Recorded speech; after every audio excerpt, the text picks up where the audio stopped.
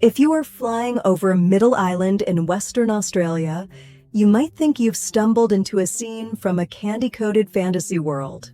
Nestled against the dark blue sea is Lake Hillier, a body of water so bright, so neon pink, it looks like a giant spill of strawberry milkshake.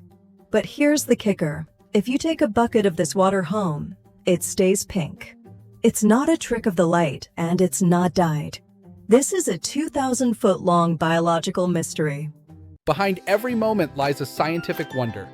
I'm Kale, and welcome to SciCurios, where curiosity meets science.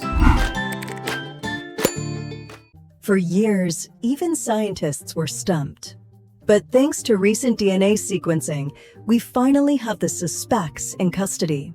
The primary artist is a tiny, salt-loving alga called Dunaliella salina.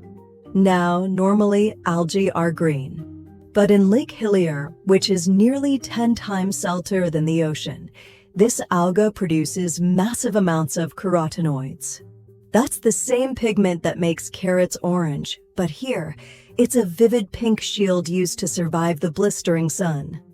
But the alga isn't working alone. Meet the supporting cast Salinibacter ruber.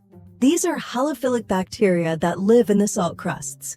They don't just tolerate the salt, they thrive in it, and they are packed with red pigments that deepen the lake's hue from a pale rose to a shocking magenta. It's an extremophile party where only the pinkest survive.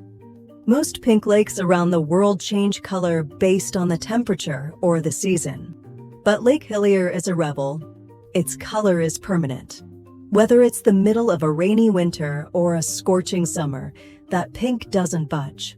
And despite its chemical look, the water isn't toxic to humans.